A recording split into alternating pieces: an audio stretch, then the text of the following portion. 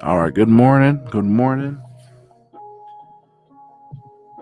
Just give me 1 second, just checking in on a couple things.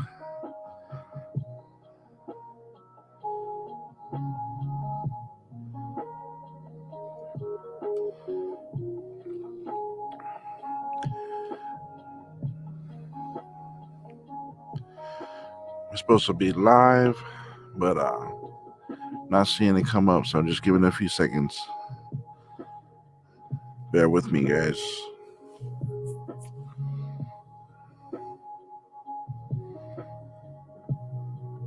Okay, here we go.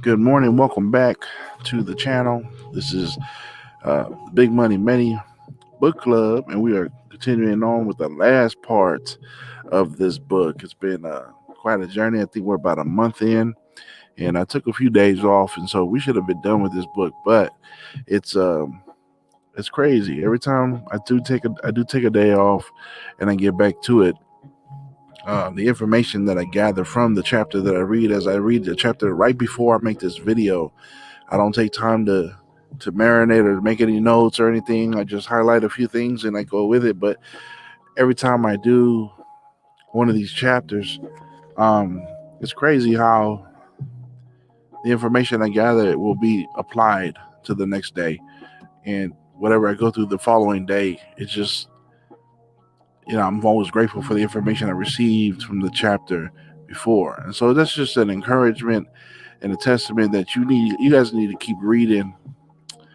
Find something to use for self-improvement, whether it's a book. If reading is not your thing, I understand, but get a podcast, listen to whatever podcast is works for you, whatever motivates you, whatever encourages you, whatever can give you the information that you need so that you can work on whatever it is that you're working on, whatever project you got going on. There's plenty of people out there that have made it before you, and because they made it, they shared the information for you to do the same. And I think that's awesome. Now we can capitalize off of all of that, So, okay, so sound is good. Just want to make sure everything is up. So I'm excited. This is part 6, and I'm gonna try to shoot through this as fast as possible because not only do we have these last few chapters, we have a little introduction into the last part of the book. So we covered the first 5 parts, right, of this book here, the 25 Biblical Laws of Success. I'll give a quick review. Chapter 1 were the laws concerning wisdom.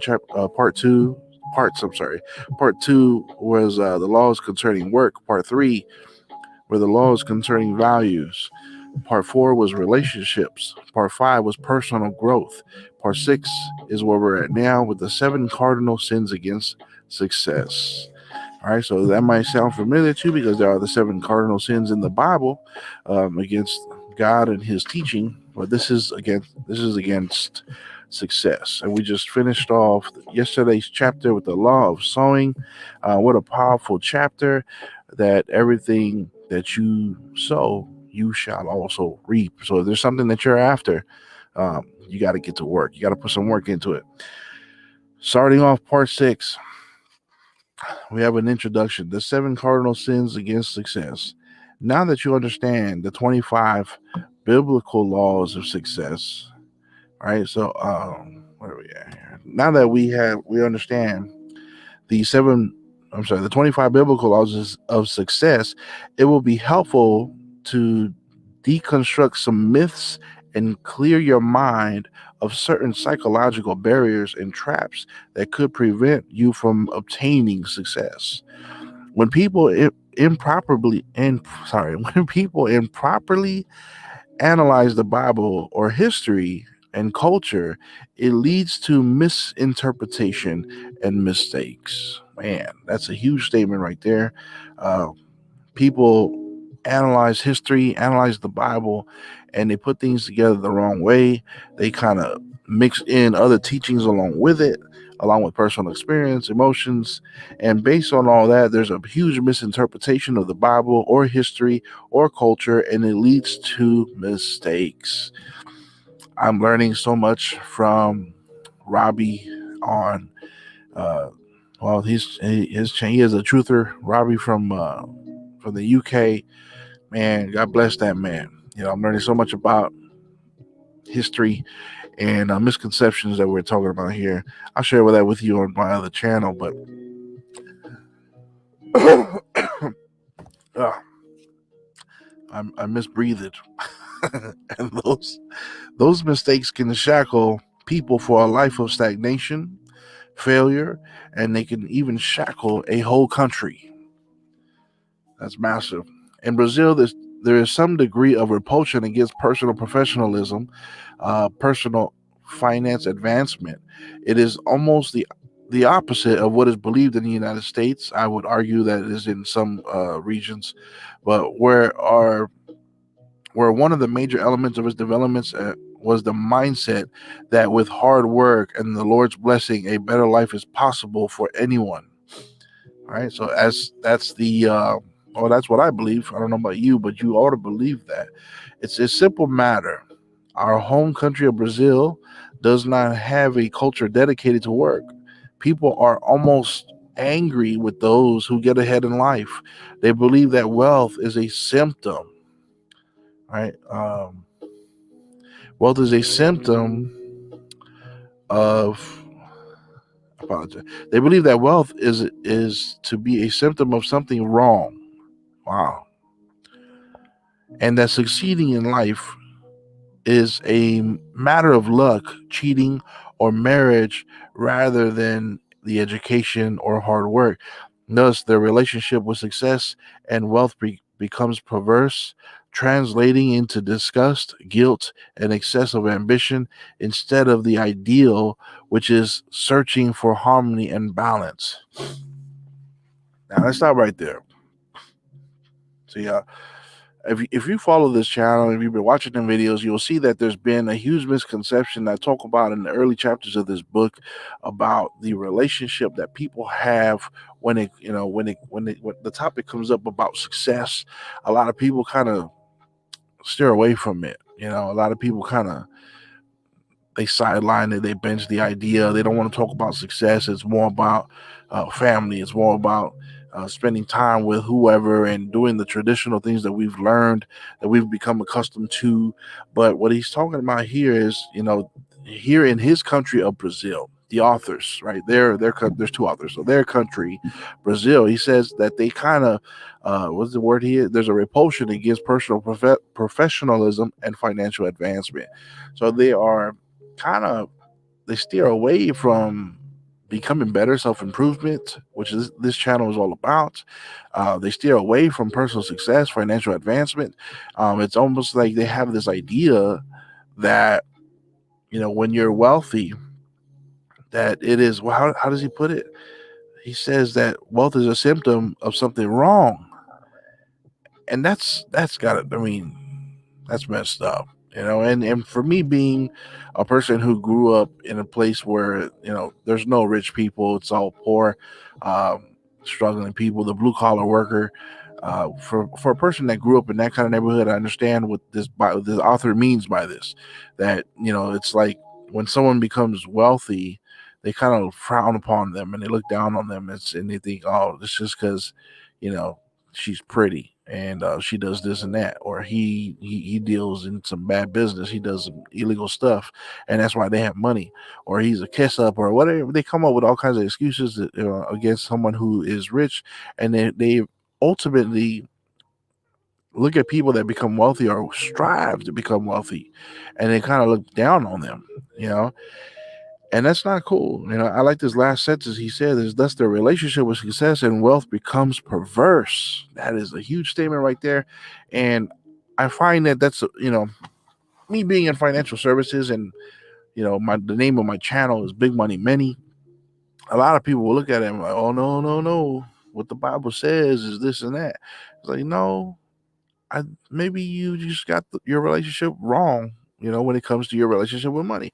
Now, I understand there's some people that they should not have money because when they get money, they do the dumbest things. Like, we could have done so much more with that money. There's a lot of people that would utilize that money in way much better way, right? But there's some people, that's not saying that wealth is bad.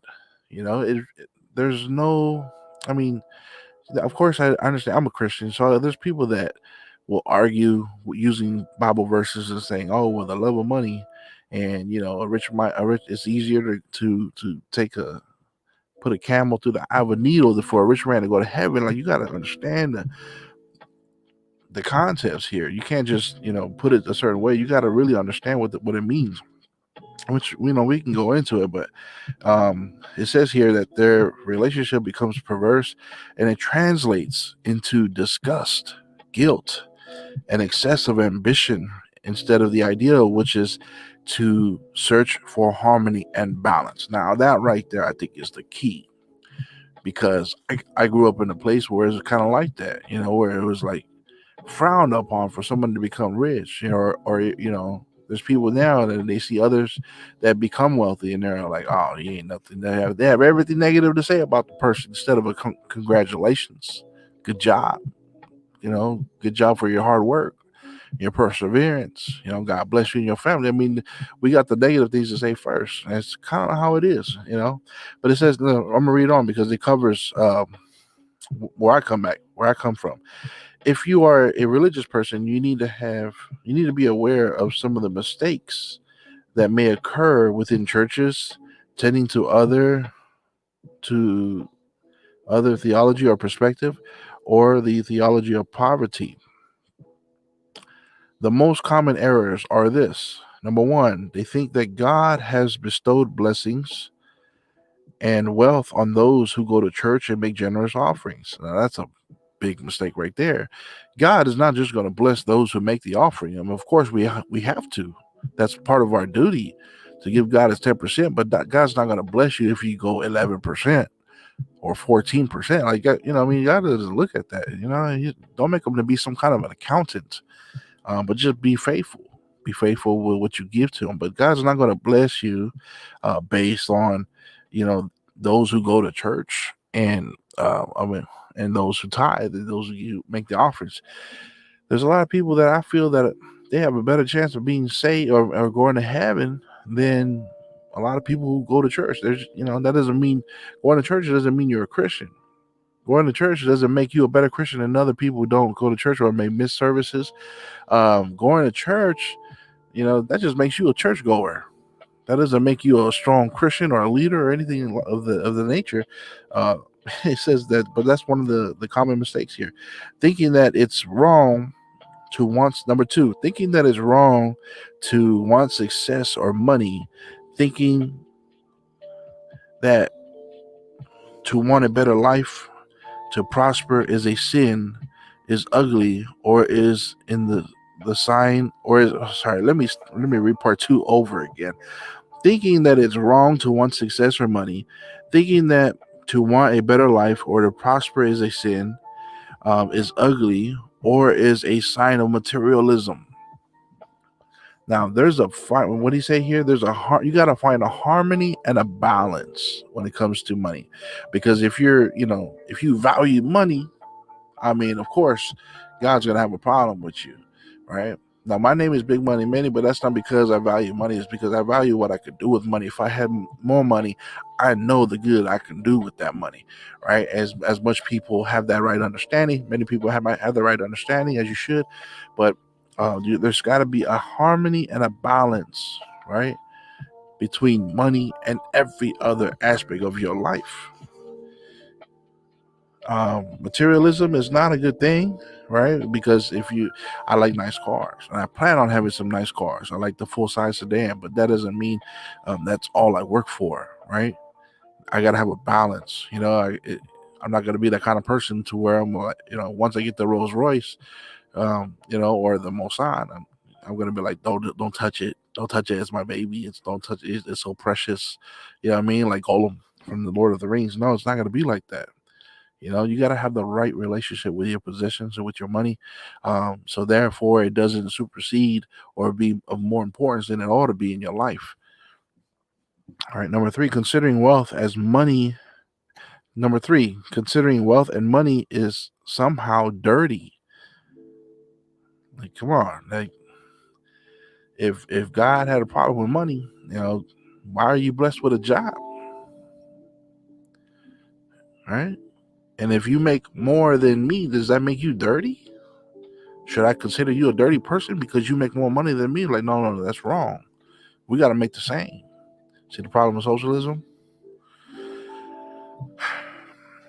Being unable to, number four, being unable to distinguish positive ambition, the desire to grow and improve one's life, from selfish ambition, which is criticized in the Bible, right? So one's ambition can easily, when you see that their ambition is wrong, then you can easily look at a person and judge accordingly, and you could be 100% correct. Right, but you got to be able to distinguish the differences between a positive ambition and a selfish ambition. Just because I have the ambition to make a lot of money, that doesn't make me a bad person, or I'm selfish, or that I have the wrong intentions and I have the wrong outlook on life. No, not at all. Like I said, the reason why I want to be wealthy is because there's so much more that I want to do for people, and I don't have the means. Right? And in order to gain money, you got to grow yourself. So I'm excited about the person I'm going to become in the process. I'm excited about who I develop as, who I become, the kind of leader that I become in the process of making this money, while I'm trying to give back to the poor and to those who are in need. So I'm I have personal ambitions to become better. I'm also excited about the growth. I'm more about growth than the finance. I'm more about growth and becoming somebody, as a part as what I then rather than what I can do and the options that I give myself in my life. All right. So we gotta be able to determine and have, and you need to discernment. One of the things I pray for a lot is discernment. I pray for everybody here to have discernment so that you can distinguish the difference between those, right? Not all pastors that have a big church are bad. Not, there's a lot of them that are not performing well as a Christian. But there's a lot of people that actually have the heart to do for others, right? So let us not blur that line. There's a line there. Not 1, 2, 3, 4, 5. Number 5, waiting for God to provide without having to do anything in order to obtain success and prosperity. There we go. So prosperity comes from good, hard work along with the blessing of God. And there's no way you can just sit there and just pray and just wait for God to bless you. I mean, yeah, God can, but I don't know. I'm not going to sit there and just wait on God, when God is waiting on me to make a move. That's not right. So if you hope to prosper, you have to watch out for misguided concepts, whether they are religious or not. In this final section, we will discuss the most common mistakes committed in the pursuit of success, which we have all called the 7 cardinal sins of success, in a clear reference to the 7 cardinal sins presented in the Bible. The 7 cardinal sins are this: gluttony, avarice, lust, wrath, jealousy, sloth, pride, or vainglory. And he says here that the 7 cardinals against success are this: haste, and he paired them all up. Along with gluttony, he put haste. Avarice is the same. Along with lust, he put not enjoying your work. Along with wrath, he put anger against your wealth, or anger against wealth. Along with jealousy, he put jealousy or covetousness, so that stays the same. Sloth is the same.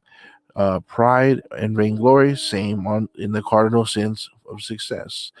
Since you have learned the 25 biblical laws of success and are eager to begin your journey to success. It is important to understand and unravel each of these sins in order to prevent them from slowing or even stopping your pursuit to success. Awesome. Great introduction to chapter 26. Now let's go ahead and get into chapter 26.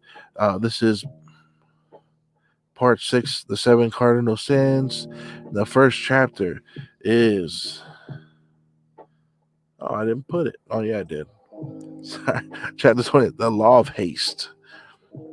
The law of haste, and it starts off with Proverbs. Proverbs chapter 16, verse 32.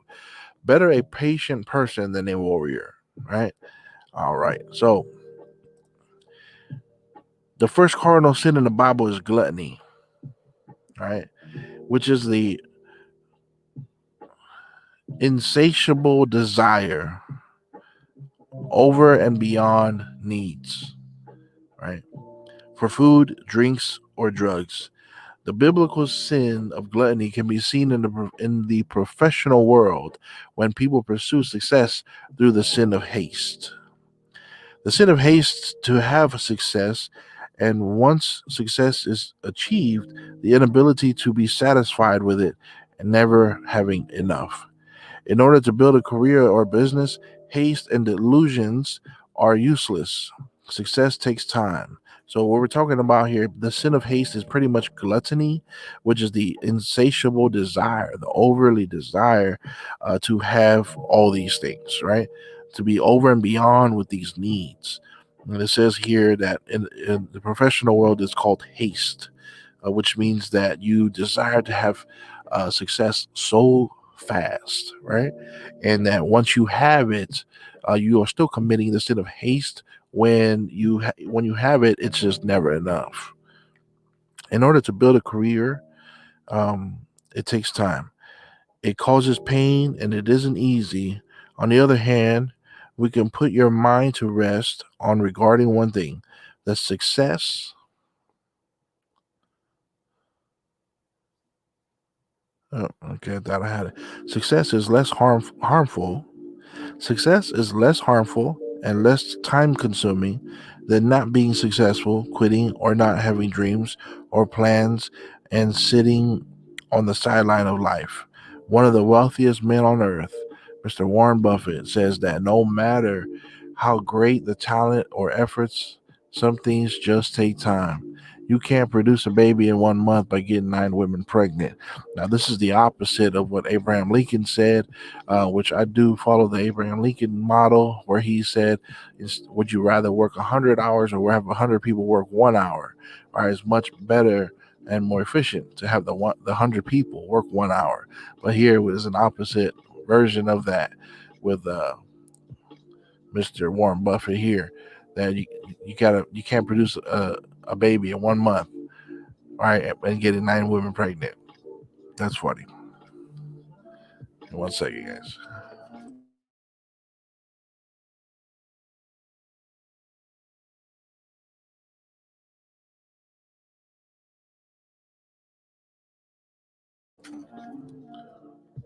In other words, it says patience is an undesirable virtue for any professional or entrepreneur. Keep in mind that it doesn't matter how long it takes. The sooner you start to apply these 25 biblical laws of success, the sooner you will get there. It's a painful process, but well worth it. Asking people for their opinions.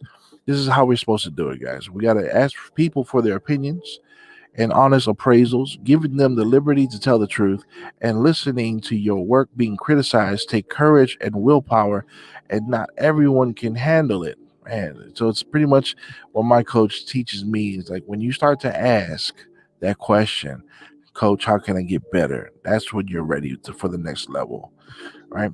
It says, but those, so it says not everybody can handle that, asking for criticism over your work. But those who can improve, but those who can will improve because they get information about what and where to make those changes. Awesome. Seeking feedback and listening to criticism and learning to distinguish between comments that are pertinent and those that can be ignored are sometimes difficult, but they are the only way to improve. To avoid the sin of haste, it is important to know the best option won't be the easiest or quickest when it comes to success. As the basketball phenomenon Michael Jordan would always say, there are no shortcuts, right? Straight from Michael Jordan. And those who show only partial effort face the risk of only partially results or none whatsoever. It's like saying, if you think education is expensive, wait till you see the price of ignorance. Haste is very expensive. Wise people understand that the right direction is more important than speed. Man, that's huge. Wise people, right? Wise people have the right understanding. They know that it's more important to have the right direction than speed. There's a lot of people that just want to get things done right. And yes, here's the thing. There's going to be a conflict of thoughts here. There's going to be people that will look at what's being said here in this chapter, and they're like, no, it's all about speed. Success is all about speed, getting things done quick. And yet, I do understand urgency. We're not saying don't be urgent, but we're saying don't rush God. That's all. We're not saying don't be urgent, just don't rush God. Let it all be done according to God's plan. And it says here that you want to have the right path, and know who better to wait on than God. I'm not saying just sit there and just wait. You got to prepare yourself. Get ready for what God is going to say to you. Like, hey, go that way, go that way, go that way. You know what I mean? But once it's important to have the right direction, because if you just move with no direction, you might find yourself going in circles. Right? We read about that in the Bible. The clearest manifestation The clearest manifestation of haste for success arises when the subject is compensation. Many want to earn a high salary, on the first day and be made the CEO right after being hired as the administrative assistant. We're looking for an internship or an entry level job. It is a mistake to focus on the paycheck rather than the opportunities for growth and learning. That's awesome. For you young guys, this will save you a whole lot of trouble, help you to make a whole lot of money at an earlier age, and set a great foundation for the rest of your life by not focusing on the paycheck, but rather focus on the opportunities for growth and to learn. You want to learn stuff. You want to learn as you go. And you want to, be under the tutelage of someone who's willing to show you things so that you can become more indispensable to a company, and you become more valuable. The more value you possess, the more money you're going to make, point blank, right? It is better to earn less in a place where you can learn a lot than to earn a lot and be in a place that teaches you nothing. The same applies to higher level professionals. Be in no hurry for a promotion for the quick buck, because the natural order of success is this: first you work hard, and then you become successful, and then you find fulfillment, and then you worry about money. First you sow, and then you harvest. In our experience, those who want money first and rush to get the quick buck don't get very far. On the other hand, those who focus on doing a good job, who are dream driven, and who work hard to accomplish their goals, they thrive. On the Bible's fundamental concepts is service, not wealth.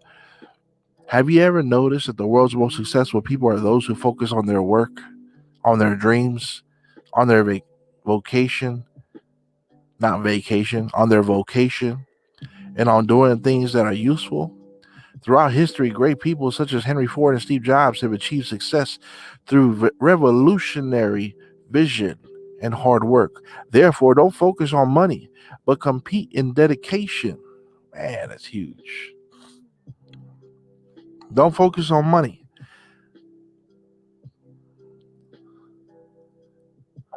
but focus on competence and dedication.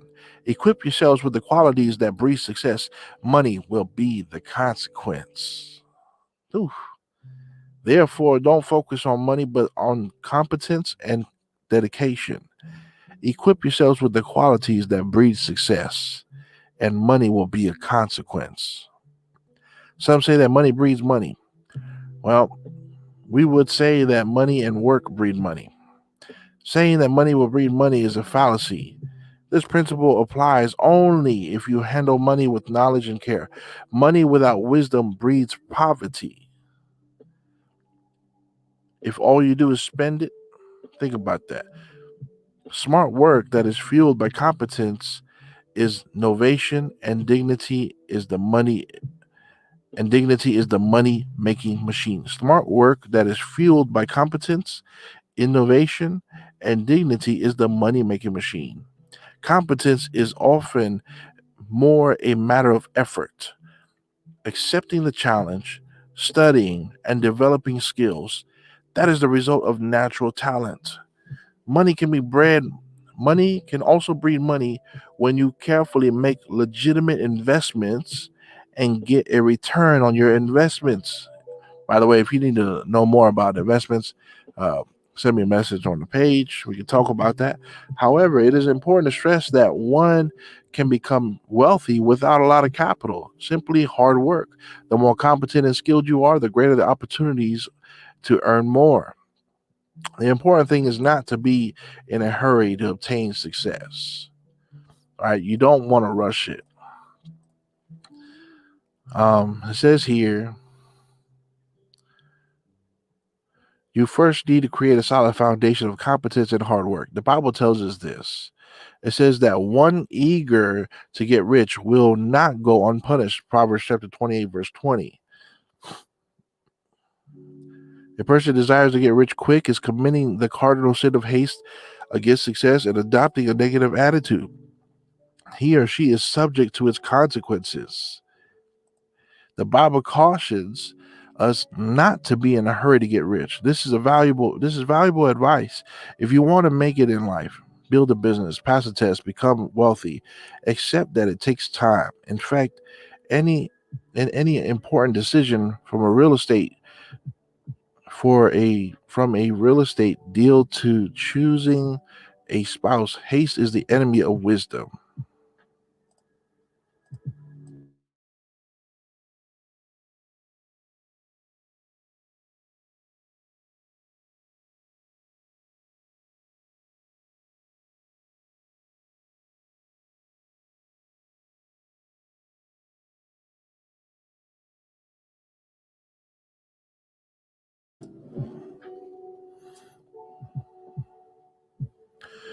If you are keen on becoming successful and making money, start getting ready now. Act today.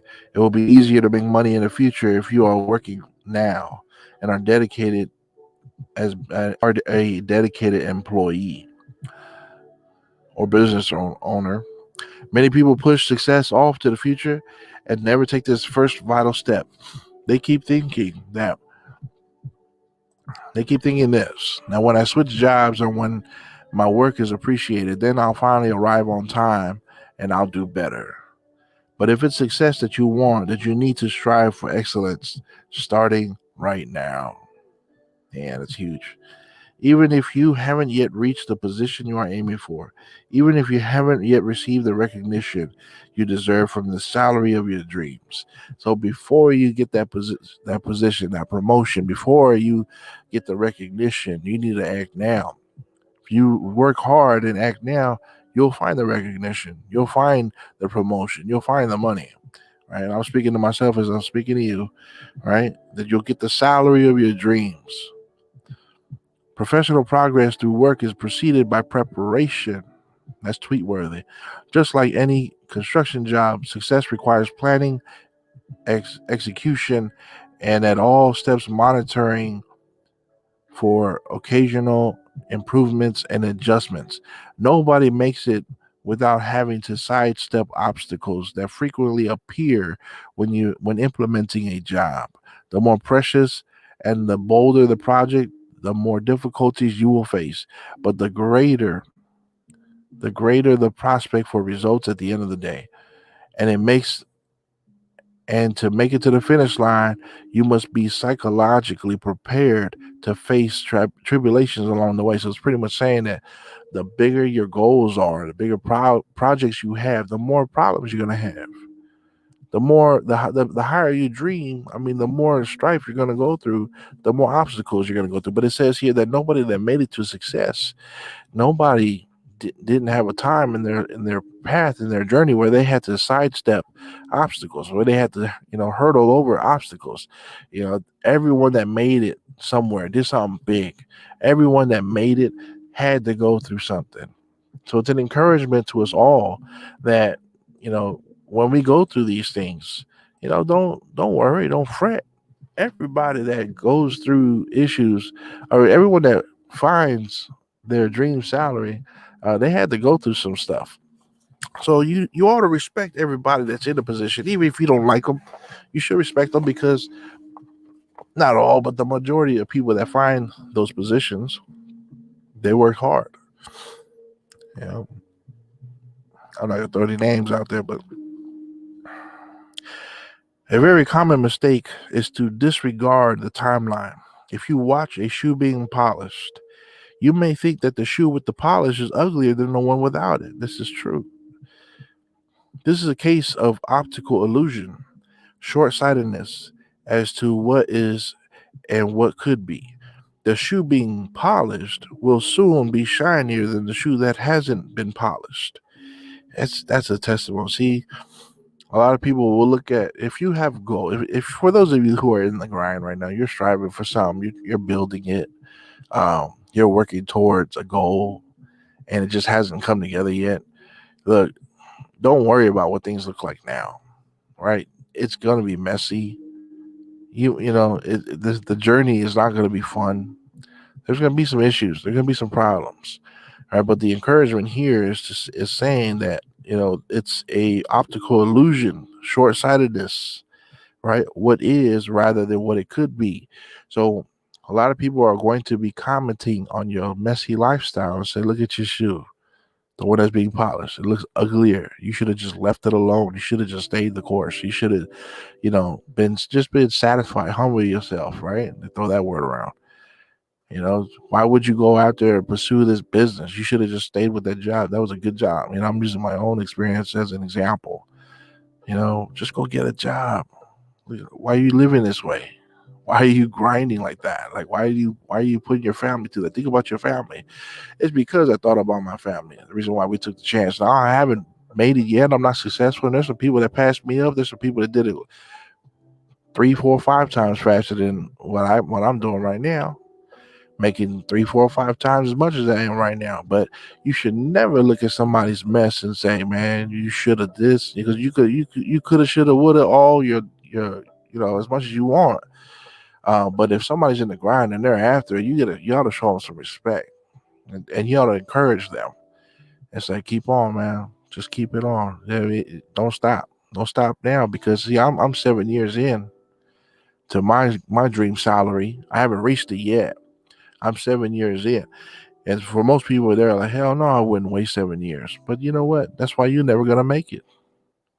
I'd rather be in the grind, struggling for 7 years, to come out the other end looking all nice and polished up. And what happens? What happens? You avoid all those comments. You sidestep all those obstacles, right?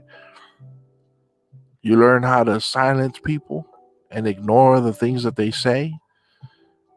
And what happens is you come out the other end looking like a nice brand new shoe, better than new, right?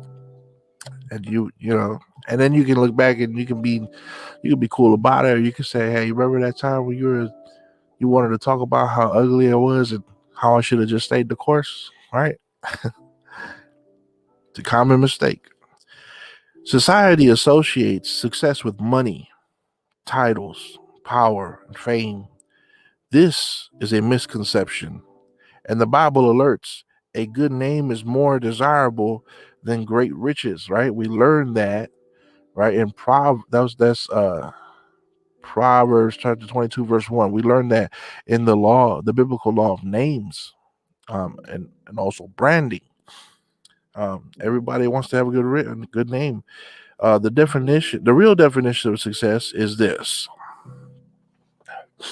The real definition of success is this, and this is me, right? For anybody that question, why do you call yourself Big Money Manny? Or I had somebody say, "Oh, I thought you were the big money guy." I'm fully expecting it. I'm fully expecting it, and I have a great attitude about it. When people say, we look at it and say, "Oh, that's not so Christian like. He's after big money." Like, come on. Here's the thing. This right here is going to define my view on success. Right? My name is David Manny.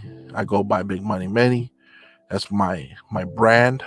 But don't judge me on that, because a lot of people, especially the Christians, are gonna be like, But here, look at this. The real definition of success is having a good reputation, a good professional track record, and the results that they produce for yourself, your family, and your place of work.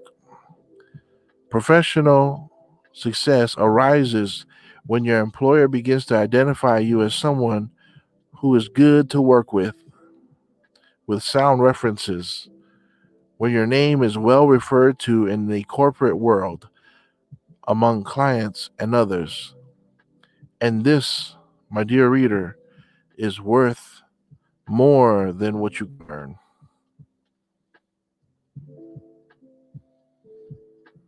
I love that.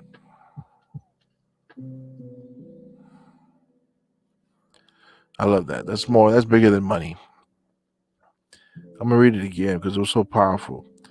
The real definition of success is having a good reputation, a good professional track record, and the results they produce for yourself, your family, and your place of work.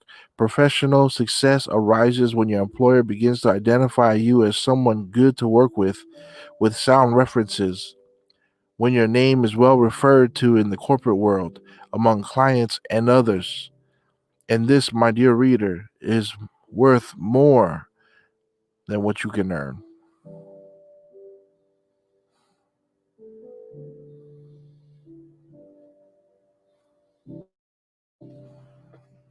That's awesome. This is what I desire, right? Be the best worker possible. This is why I self-improve, because I want to get better. And yes, I want to earn more. And yes, you will earn more by doing these things. But it says that's really what success is. When people know your name, the law of name covered it here in this book. Find the chapter in my channel and you can listen in. A good name is more desirable than riches. I mean, I like it. Not everybody is going to thrive for something like that, but I think that's beautiful. I think that when you have that kind of a name, people can trust you, right? Miles Monroe said it, right? After they do after a product is made and they go through all the quality checks, at the end of the day, the last thing they do is they put a brand name on the product, saying that product is so good, it's so well manufactured, it is worth having our name on it. And they stamp it there. And that's your stamp of approval to certify that you are up to the standards of the company or whoever's producing. The mark of your trade, right? That's a reference to Knight's Tale, one of my favorites. But yeah, it's awesome. The more respected you are as a professional, the more clients and partners you will acquire, which will also lead to more money. Hello. It's a simple rule that positive action leads to positive reaction. I tweeted that. It's a virtuous cycle of constantly improving results. Promotions and money are the consequence. Finishing off here, guys, it says regarding the need for patience and gradual growth, it's worth reading what Jesus said about the growth of the kingdom of God, which is also applicable into your professional life. And it says here, Jesus said that it is like a mustard seed, which is the smallest of all the seeds on earth, yet when it is planted, it grows and becomes the largest of all plants, garden plants, with such big branches that the birds can perch in its shade. Mark chapter 4, verse 31 and verse 32. Avoid the sin of haste by making your career. Avoid the sin of haste by making your career the mustard seed that slowly grows and grows in a healthy and sustainable manner until it becomes the huge plant. Do not rush. Finishing off with these antidotes to the sin of haste, right? These are the antidotes to this sin of haste. Number one, cultivate patience. Learn how to be patient. Um, that right there is worth the time to learn patience, because when you are patient, uh, it'll keep you from making a lot of wrong mistakes. Also, keep your head on right. You'll be much happier. Number two, transform what appears to be delays and opportunities to learn and to gain experience.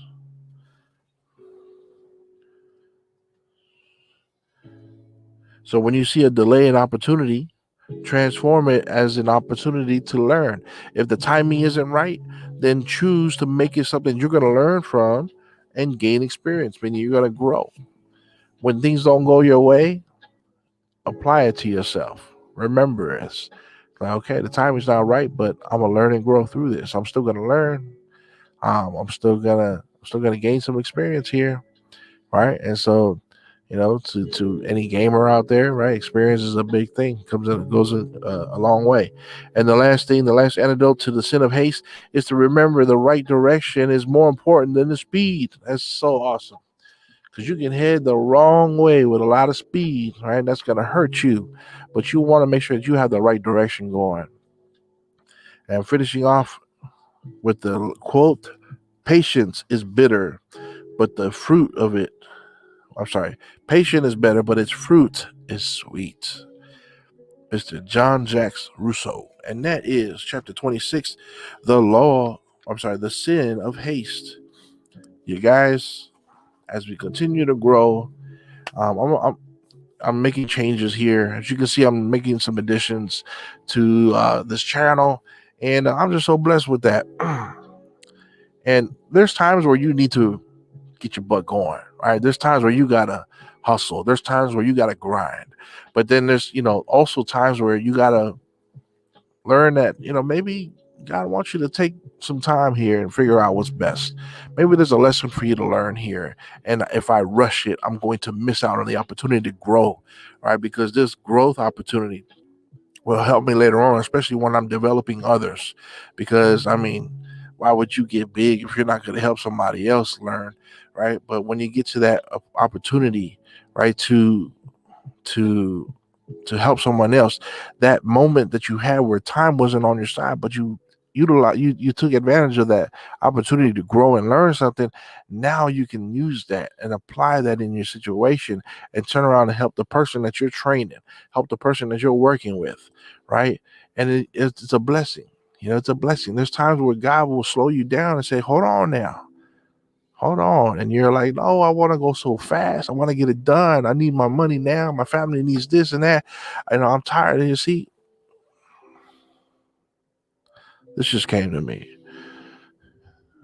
My dad wasn't rich at all. He was a hard worker to the day he died. And my business, well, I was learning. I wasn't working as I should have. I wasn't being very effective. And one of the things I was really missing was reading, self-improving, because when you don't self-improve, um, any little rock in the road will slow you down, will stop you, and will kill your momentum. And yes, the business that I'm in, ups and downs all day long. And one of the things that I really wanted as I watched my dad grow older and weaker, and I watched his muscles deteriorate. He used to have the big Ninja Turtle calves. For anybody that used to watch Ninja Turtles, he used to have the Ninja Turtle calves, and he was it was pretty. He had a 6-pack at some point in his life, and big Bruce Lee fan, kung fu fan, all those martial arts movies. Anyway, he was a strong, short, little man. As I got older and I stepped away from the county job and I took on a business, and the business I didn't grow as fast as I wanted to. And I wanted to get rich because I knew that my dad didn't have much time left. And I wanted to be able to, buy my house before he passed and give him property for himself to do as he pleases, and just give him a life that I've seen other people give to their folks. It was a dream of mine. And I got to the point to where I was even praying, it's like, God, please don't let him die yet, because I haven't built this business. I'm not rich yet. I don't have money. I want to be able to take him to do things. He's always wanted to fish on a boat. Never done it. He always wanted to go golfing. That's one thing I thought I'd do with him once I get rich. Never went golfing. It's a lot of things I missed out on because as I lost my dad a couple of years ago. And my prayer, it's a bit selfish now. I think about it, but it was for God to keep giving him time, because I wasn't where I wanted to be at. So I can understand when people want to rush. I can understand when people want to get things done quick. But what I learned, you can't rush God. As good as a reason you might have to rush God,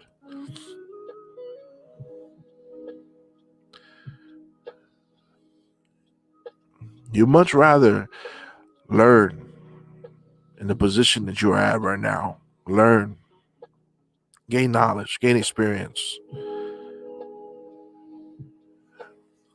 And yeah, you might not have time on your side, but there's a lesson to be learned from where you're at. And this is against the teachings that I receive in my business. Look, there's times where you gotta rush. There's times where you gotta move. But for those that strive for money and they just need it, I gotta have it. I gotta have it. I gotta have it. I tell you, it's not gonna work out for you. You can't rush it. Yeah, there's gonna be some people that make it before you. There's gonna be some people that get there faster than you do. It's like that scripture, that example the Bible talks about. Paraphrasing because I don't remember word for word, but pretty much a landowner had hired people to come and work the land and get this job done. He hired people, and people showed up in the morning and they worked and got paid them a certain amount.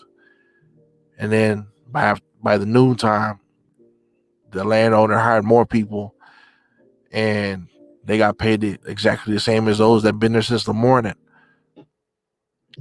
By afternoon, he hired more people, and he paid them the same amount as everybody else. And the ones in the morning were like, what the heck? Like, what's going on?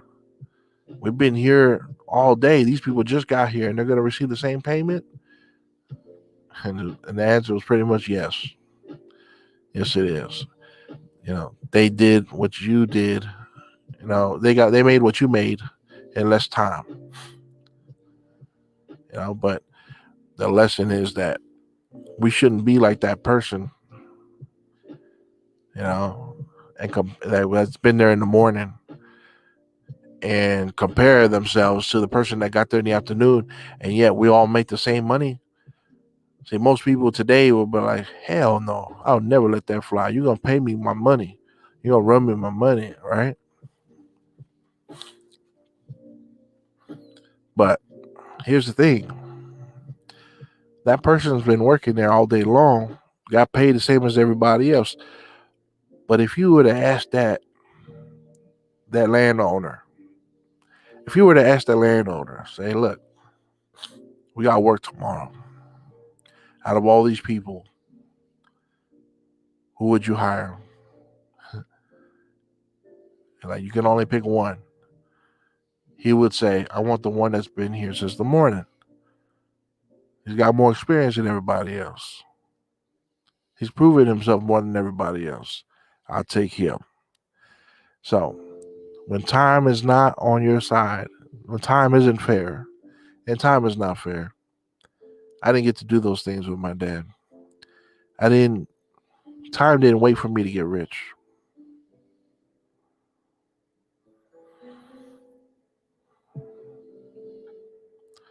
But what you learn in the process is more important. And I think that's why, even with a lack of money, my relationship with money, well, it ain't perfect.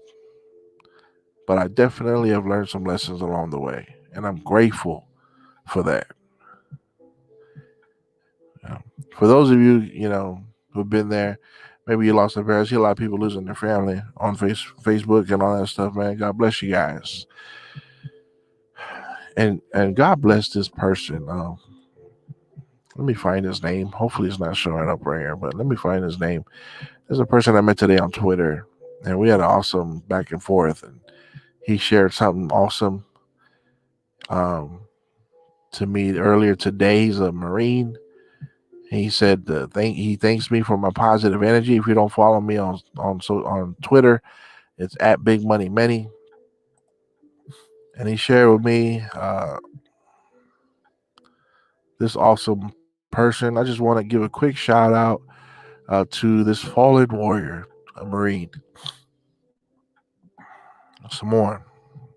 Marine Staff Sergeant Faoa El Apineru. I never met him, but he says he's from Yorba Linda, California, which is right on the other side of the hill where I live.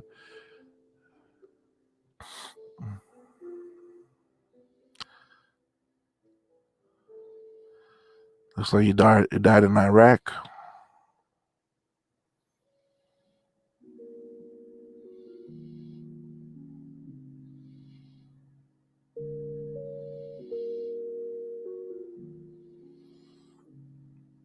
Died from injuries sustained in Iraq. 31 years old. Never met the man, but apparently this person on Twitter, USMC Muhammad, right, attributes Mr. Staff Sergeant Faoa El Apineru as the strongest man he's ever been. Maybe I can share this. Let me see. Share screen.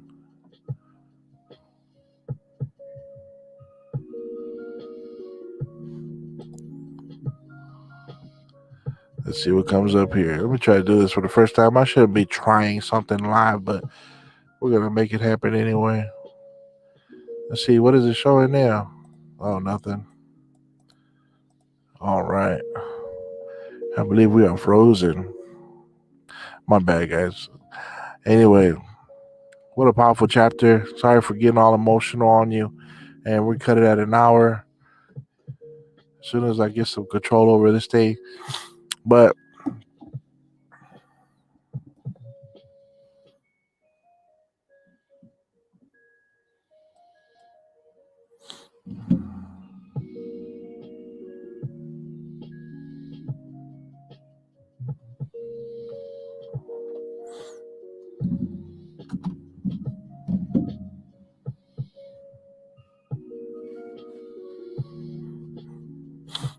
hello.